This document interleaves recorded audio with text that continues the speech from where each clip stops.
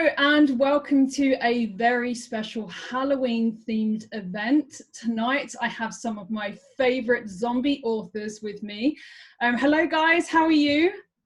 Doing great. Hi. Hey. So tonight we have Camille Picott with us, who has over 20 books to her name. She's been writing since she figured out how to turn on her family's Apple computer and wrangle a floppy disk into the drive. She's also a recipe creator. Camille teaches people how to prep their pantry for the zombie apocalypse on Disaster Pantry, her family YouTube channel. Welcome, Camille. It's nice to have you tonight. We've got RJ Spears with us. He's a filmmaker, an award-winning writer who lives in Columbus, Ohio. He is the author of 15 novels, including the Books of the Dead series, which is 8 and counting. He is also the host of the Reanimated Dead podcast, where he interviews authors who write in the zombie genre. And then lastly, but by no means least, we have Sylvester Barzey with us. He's author of the Planet Dead zombie series that he created during his time in the US Army. He is a Z Nation fanboy and overall horror addict. When Sylvester's not trying to think of new ways to scare people, he's enjoying his time with his wife and son in Lawrenceville, Georgia, USA. Welcome, guys. It's so cool to have you here. And I'm Pixie Britton, author of the Kill or Cure series as well. So before we launch into the main panel discussion today, if you're watching this video, this is pre-recorded. So if you're watching via a Facebook live party, feel free to write any of the comments and we will do our best to answer your questions. So I'm just going to kick things off by getting you guys to talk about your amazing books. So Camille, let's start with you. Can you tell us about your books? Yeah, I have 2 zombie series. The first is Undead Ultra. And in this series, we pit ultra runners against zombies. And for people that don't know what ultra runners are, they are crazy, extreme fringe athletes who love to run really, really long distances on foot. Their race is longer than a marathon, so we're talking 50 miles, 100 miles, 200 miles. So it's super fun to see how they stack up against zombies in this series. And then I have a new series I just released this month. It's called Zombiness Invasion. This takes place in the 80s during the Cold War in the United States. And instead of attacking with nuclear weapons, the Russians invade and deploy a zombie virus. This is super fun. Sounds so cool. I mean, Camille, one of my favorite facts about you when we started connecting online was that you had actually done a marathon on a cruise ship. I mean, how cool is that? I mean, honestly, I can't even run around my local park, just to put that into perspective. And Camille, yeah, I just did it because, you know, whatever, I'm on holiday and it's like a trip or whatever. It's just... It was really fun. I love that about you. So thank you, that's amazing. RJ, tell us about your series. Well, I have 3 series out. One of them's pretty much done. It was called Forget the Zombies, and it was written because my wife inspired me on a trip. We went to San Antonio and we went to visit the Alamo, and she goes, "Why don't you write a story about people trapped inside the Alamo surrounded by zombies?" So that was my first zombie book. And then I have another series called The Books of the Dead, and it ran 7 books, but I'm starting another arc in that, and that features a 20-something slacker who finds himself during the apocalypse. And then I also, trying to create a world around that, have another series called Deadland Chronicles, which is all these characters that were in my main series. Suddenly they left the series geographically, so I decided to give them a life outside. And I'm working on the 4th book right now, which will be hopefully the end of that series. It's called Siege of the Dead. Amazing. Wow, it sounds like you've been really busy. And on to you, Sylvester. Hello, welcome. Tell me about your series. Hello, my series is called Planet Dead, and it's all about an ex-military mother whose family believes she was dead, so she's traveling to find her husband and her son. It's on book 3 right now, and I've built little world around it. So there's a whole bunch of short stories on like Wattpad and things like that. But yeah, it's on book 3 right now, and I'm currently writing book 4. Amazing. That's awesome. And it's nice to see you're on Wattpad as well, although I haven't actually been on Wattpad myself for a while. I've kind of neglected that, but that's essentially where I started my career. So I think it's really cool that you're on there. And how's that working out for you on Wattpad? Is that going well? Yeah, I'm trying to pick back up on it. So I stopped for a little bit just because I wasn't getting any traction. But now it's starting back up. I'm getting some readers. I've learned how to, I guess, integrate that fan base with my regular fan base, and I treat it more like a blog sometimes. Awesome. Like date chapters. Yeah. Cool. Okay, so I'm just going to launch into some questions for you guys, and this one is actually for Randy, because I feel like either I heard you talk about it on Reanimated Writers, or we talked about it specifically, and I can't remember how this came about. But and I think this is really interesting. You were talking about the number of readers in the zombie genre, and whether there was like a ceiling or a maximum amount of zombie authors and zombie readers. So do you think the genre is very much alive, or is it kind of dead? It's undead. It's mostly undead. I don't know. I mean, you know, it's my experience. I've interviewed a lot of authors on the Reanimated Writers podcast, and there's some that think it's still highly vital and has a lot of readers in it. I had one that was a longtime writer in it, and he was the one that brought it up to me, saying, well, I've left the genre because I can't get enough traction in it. And I do think that if you use all the proper tactics, Camille's using a lot of them, rapid release, consistent branding, good marketing, I think you can still get a lot of readers in the genre. But I do think, I'm not going to call it a zero-sum game, but it's certainly not romance, and it's certainly not thrillers. So you are looking at a strata, a subset of a strata. You got post-apocalypse, and then you have zombies, and so you are limited, but I think you can still thrive within it. Yeah, I kind of agree. I think it's one of those things that's almost a little bit cyclical, and you have, it kind of comes in a fashion and goes out of fashion. And obviously we've seen that with The Walking Dead, which I'm going to come into later, because I feel like that is quite a hot topic amongst zombie authors. But I always think it's always coming in and out of fashion. So I feel like there's still some market there. It's just whether we can reach them right in this crowded market that we're trying to create in. So what do you think about that, Camille? I think you can say that, but I also think that great stories can transcend genre. I mean, I think there's a lot of people out there that never would have picked up a young adult fantasy till J.K. Rowling came around, or a lot of people that wouldn't have picked up like a kinky sex book till 50 Shades of Grey came around. So I'm not saying I am one of those authors yet, but I don't think we should be locking ourselves in and thinking that there's a limited audience to our stories. Because I think if we write great stories, I think there's lots of readers out there for them. Yeah, I agree. And what about you, Sylvester?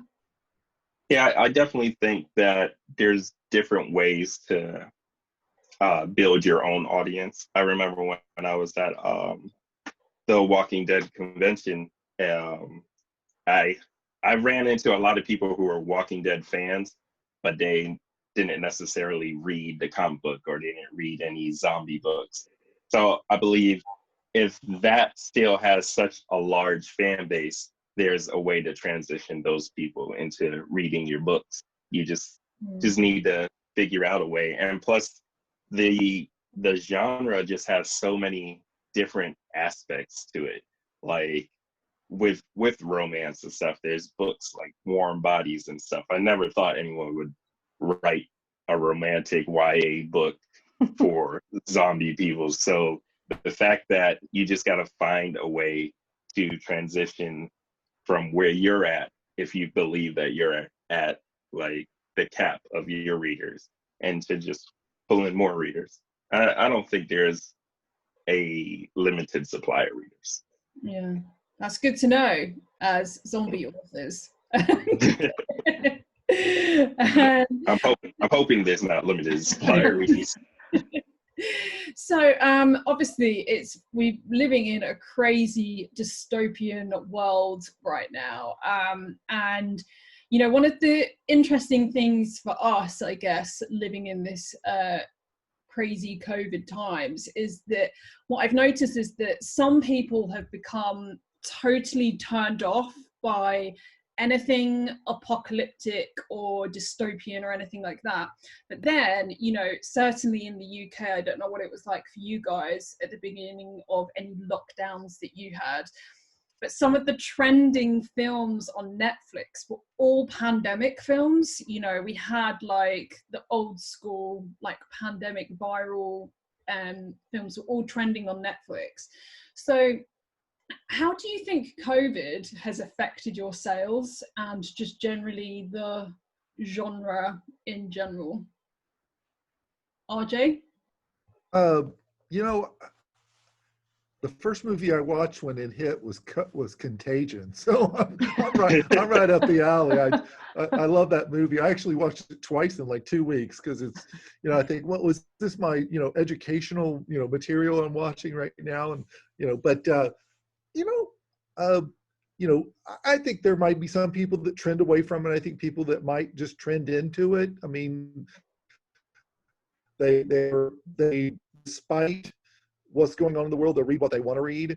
During World War II, you know, my wife always says there were tons of musicals out and they wanted to escape reality. And, you know, one of the things I've always said about the zombie genre, there is, I mean, not that it's, you know, lovey-dovey romance, but there's something romantic about it, because what you're doing is it's you against the world, it's survival. And I think, you know, some people actually might want to read it more because, you know, they want to get away from the reality of it and live in the, you know, the altered reality of it. Yeah, I mean, you see all those memes, don't you, of like, this pandemic sucks, I wanted zombies. I think that kind of, I was like, yeah, you know, I think we've all been preparing for it as authors.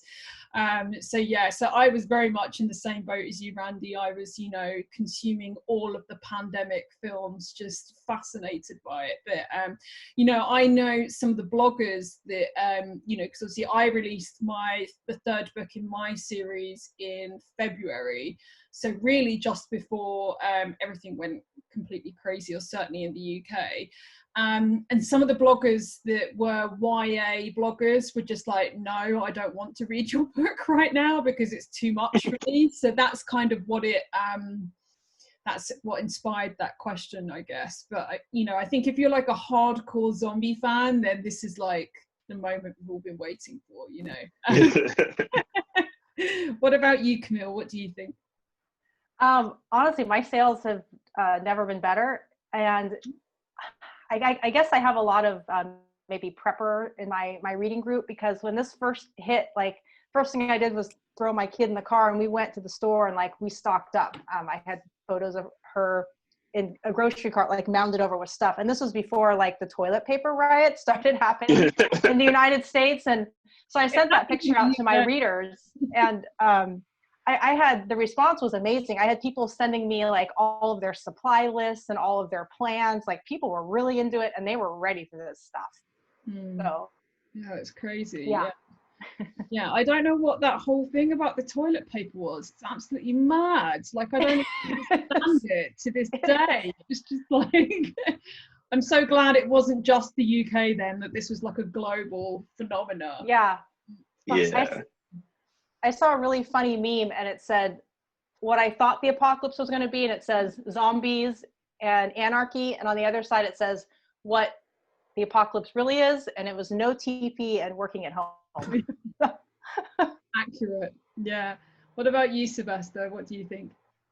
Yeah, it was crazy because I work at Walmart, so I watched the toilet paper and hand sanitizers and all that stuff disappear and had to explain to people the truck's not coming. And then, but the funny thing to me was like all the toilet paper disappeared.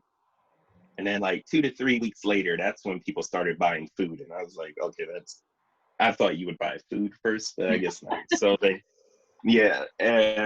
But for me, like at the beginning of the pandemic, after I was done with was it Tiger King, then I started watching some stuff. Like I think the first thing I dove into was Carriers, and then I watched The Crazies, and yeah, and my book sales, they they've gone up, definitely have gone up. It's not at the same level as it was before. So I feel like there's people that want to escape in a safer way. It's kind of like with comic books when the wars were going on and stuff. You saw like Superman fighting Nazis and things. It's they want to still deal with the problem, but they want it in a nice package to escape it.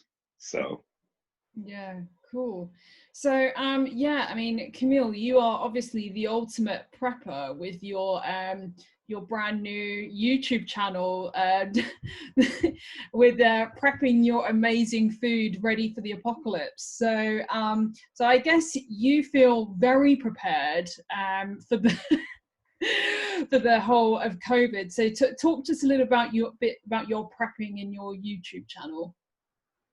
Yeah, so the Disaster Pantry is our YouTube channel that was born out of COVID because all of a sudden I'm the mom that was booked out for 4 to 6 weeks in advance. So if you wanted a play date with my kid, like you had to get on the calendar, and suddenly COVID came, and like we were home, and we were just home. So it's like, okay, well, let's try this out. So I pitched the idea to my husband, and my daughter always wanted to be on YouTube. Kids are really into YouTube. Who knew? So now we are a YouTube family. And so every week we cook a dish using shelf-stable ingredients. And it's been a kick. Like we've made chili fries. Last week we did like a shepherd's pie knockoff. And it's really interesting to really dig into the different types of canned foods out there and get creative with it. We even found butter extract at the dollar store. So we use that in our mac and cheese because you wouldn't have butter in the apocalypse, right? Things you can get at a dollar store, huh? Yeah, exactly. Who knew? That's amazing. I really love that.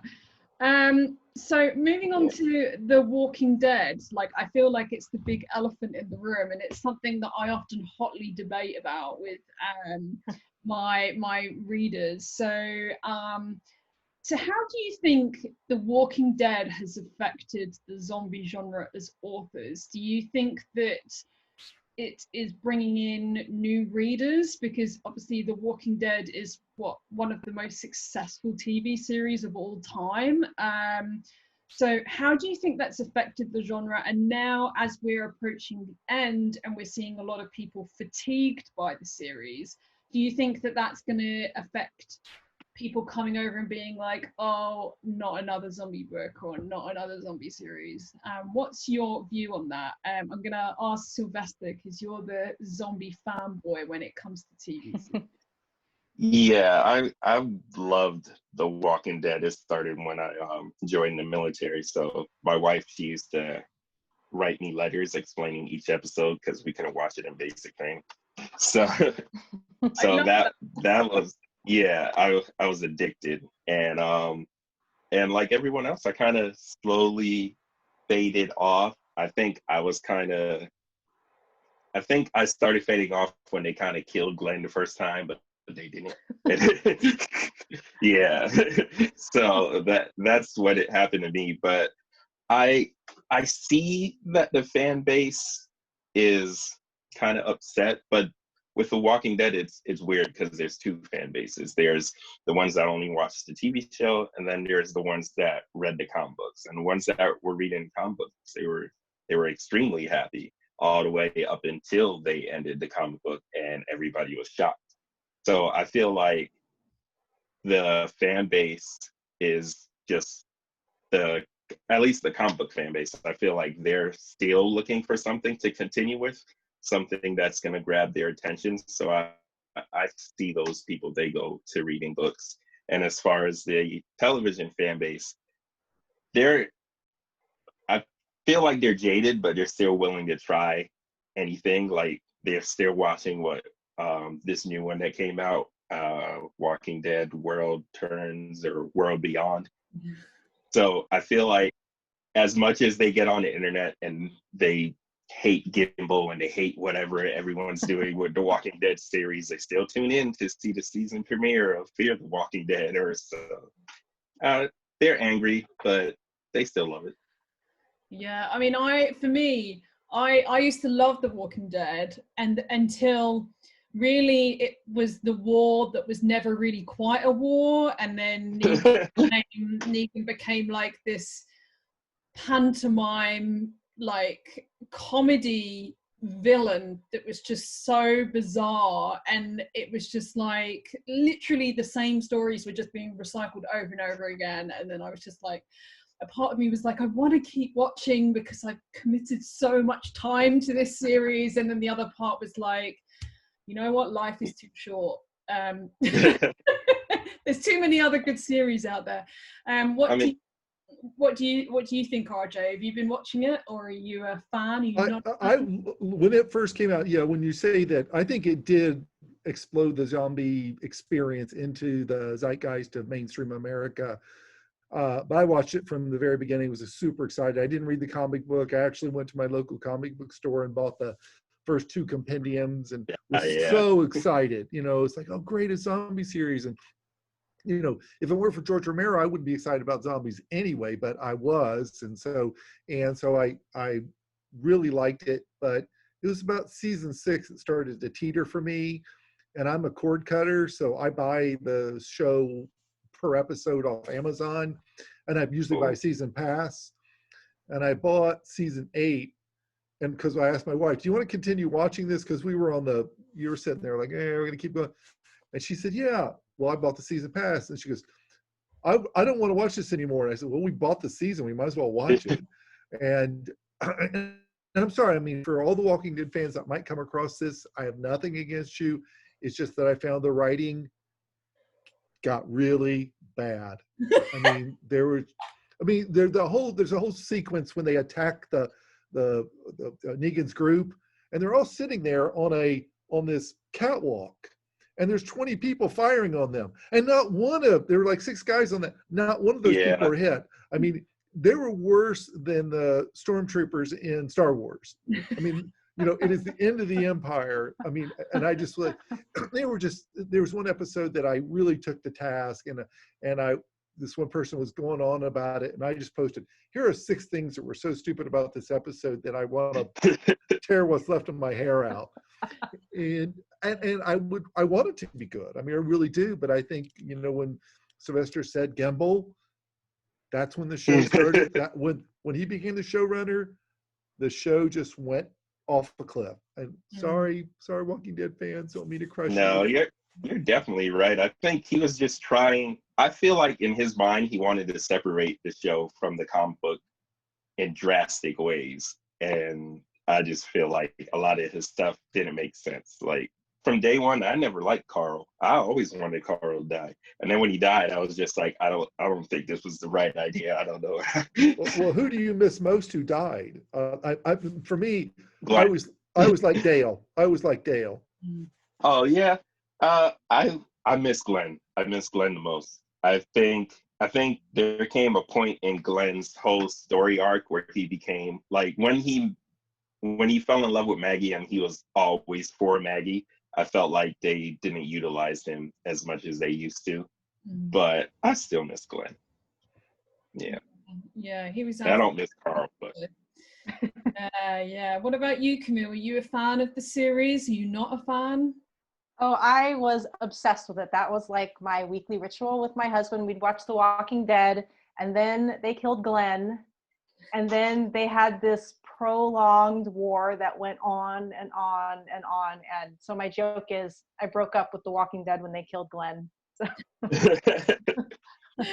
Yeah, I think that was the case with a lot of viewers actually, and a lot of my readers that I've talked to about it, you know, over the years, and they've all just said I just completely lost it when they killed off Glenn. And you know, I'm not opposed to killing off characters. You know, I think that sometimes it serves a purpose and it, you know, increases the stakes and all of that, but it really got to the stage where it was just like, okay guys, we're getting to the end of the season, someone's got to die. So it was just like anyone, all of them, like anyone can die, just not in like a really cool kind of Game of Thrones way where it's like no one is safe, and you know, whoever you think the hero is going to be, well actually no, they're not. You know, it was just more of a like, we just need to cross people off the list.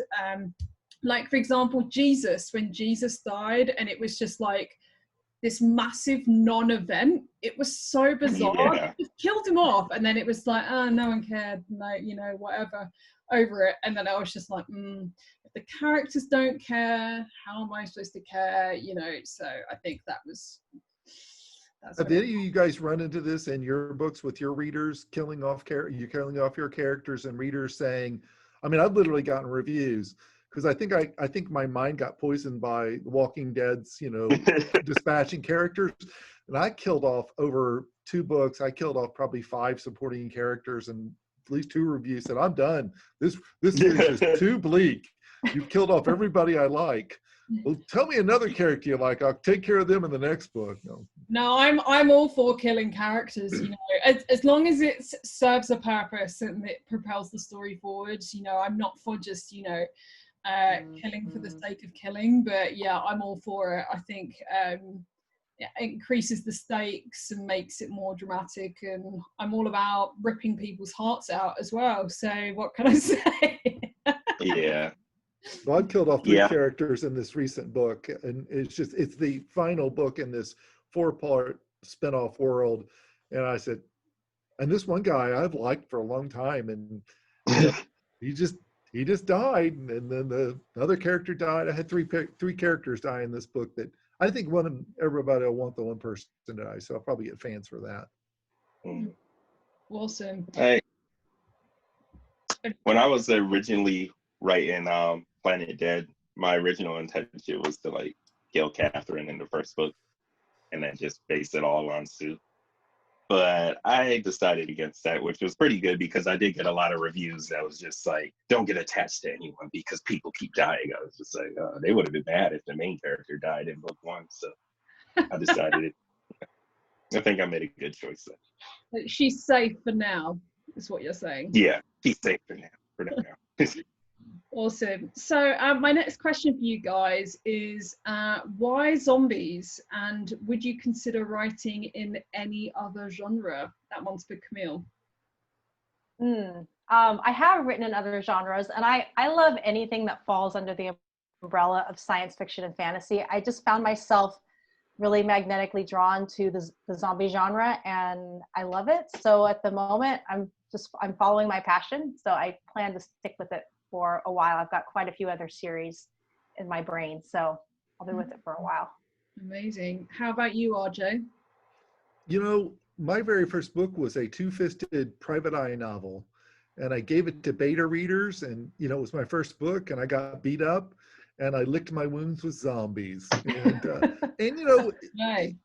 I mean, if again, as I said, I wouldn't be writing zombies if it weren't for George Romero and 1978 Dawn of the Dead. It was just something that entranced me about that whole scenario. Again, it's a romantic survival sort of thing, and so I actually do have a collaboration in the works that might happen to write a thriller, a detective thriller, and I'm going to try my hand at something else, but I have one more post-apocalyptic series in me after I finish my main one.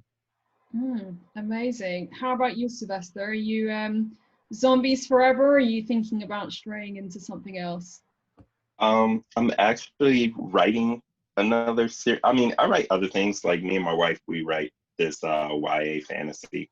So, and currently right now, I'm writing a post-apocalyptic novel, but it's it's got vampires and zombies in it, so I just combined them both. But I've always loved zombies, so I think I'm gonna stick with it most definitely. I like the aspect of the world falling apart, because there are other post-apocalyptic books with like what EMPs and all this stuff, but I just don't believe the world would fall apart like that. But when you toss in creatures that are eating everybody and you can't really walk around safely, then I do believe that everything's going to shatter, and you're going to see these different forms of groups or classisms and all this stuff. And I like exploring that in the zombie genre. So I just feel like the zombie genre gives me the best tools to tell those kind of stories. Awesome. And what about you? Oh no, I think everyone's answered. Yeah, everyone's done that one. So what about films then? Because obviously, RJ, you were talking a little bit about George Romero. So are there any films that inspired you to write in this? Well, it was Dawn of the Dead, but I'm a huge film. I went to film school, so I love movies, and I'll watch anything short of. I used to say I wouldn't watch westerns, and then I watched Clint Eastwood's The Forgiven. I said, "Oh, this is great," or Unforgiven. I love those, and I'll watch anything. I mean, my top zombie films are Dawn of the Dead, 28 Days Later, and Shaun of the Dead. So I'm always inspired by film, and so I think some people have said some of my stories sound very filmic. Yeah, I recently watched Alive at the weekend. Have you guys seen that? It's the new Korean one, and honestly, I was just like watching it with my husband, just like this throughout the whole.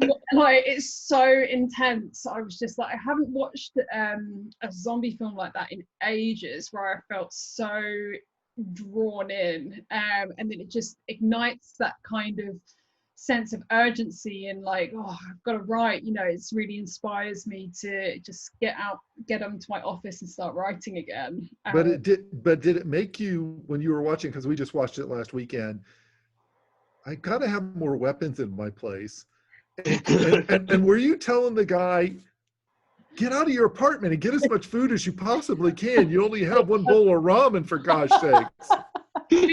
Honestly, it was like the ongoing commentary throughout the whole film. It's like, oh no, I wouldn't do that. No. Like, I mean, what's he doing? He doesn't even like. Now he's just getting drunk. That's going to make him more dehydrated. Yeah. So we were very much having that kind of commentary. But then we all do, right? As zombie authors, that we all have our plans. What we would do or what we wouldn't do. So. How about you, Camille? Do you have any films that inspired you? The most recent one that I am completely obsessed with, it's the Netflix series called The Kingdom, and it's another Korean zombie. It's not a movie though; it's a series, and it's kind of, I guess I would call it epic fantasy with the zombie apocalypse, and like the acting is amazing. And I'll tell you what, there's quite a few surprises, like quite a few things I didn't see coming. And I love it. I hope they do more seasons. Yeah, no, I watched that as well, and it's just like the origins of the virus was so original, and I love that. Dreams and everything like that was just so, and terrifying as well.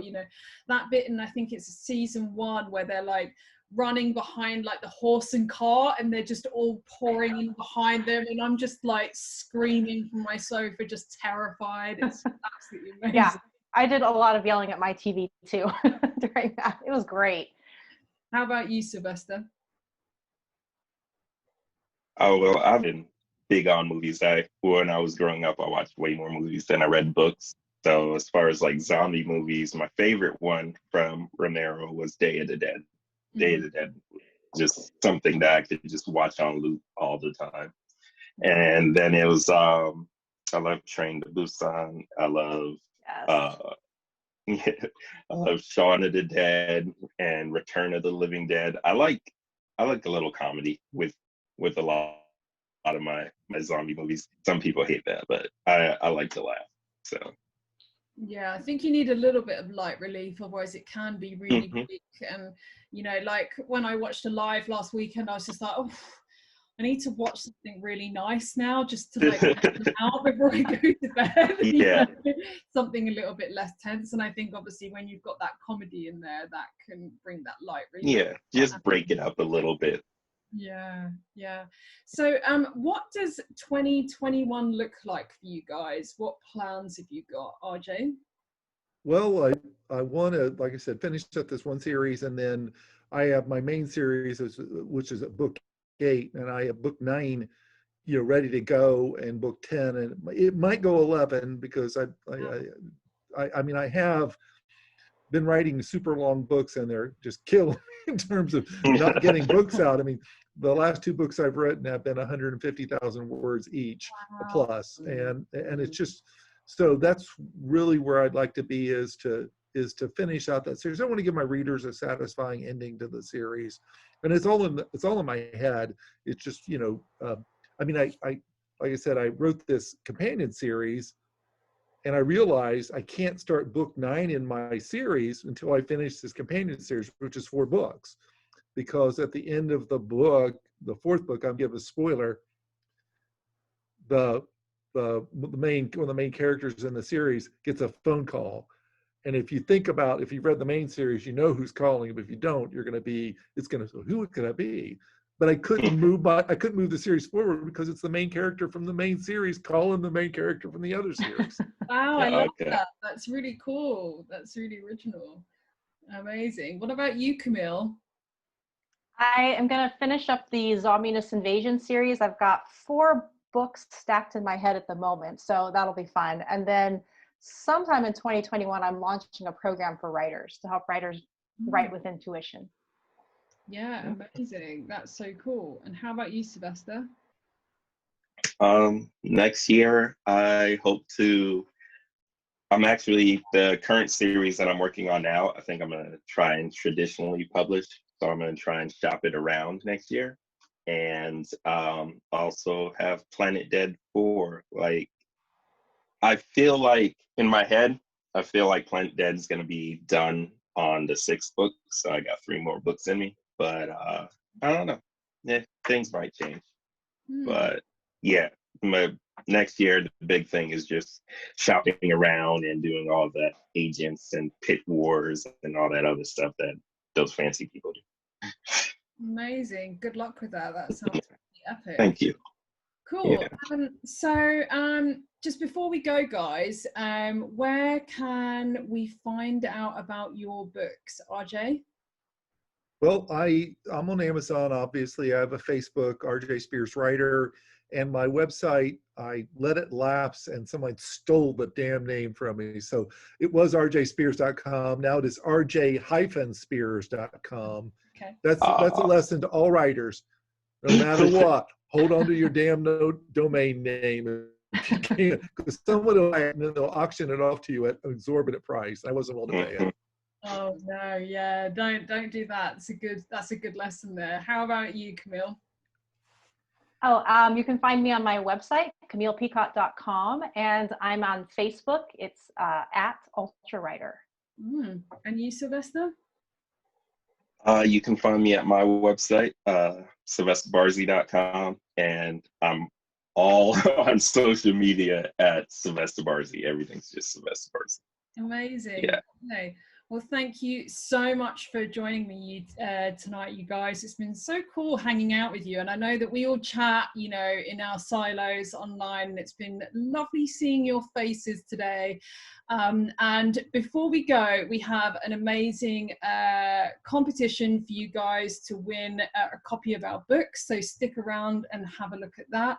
But thanks again, you guys, and have an amazing, happy Halloween. All right, take care. Thank you. Thanks, Pix. Thanks. See you later.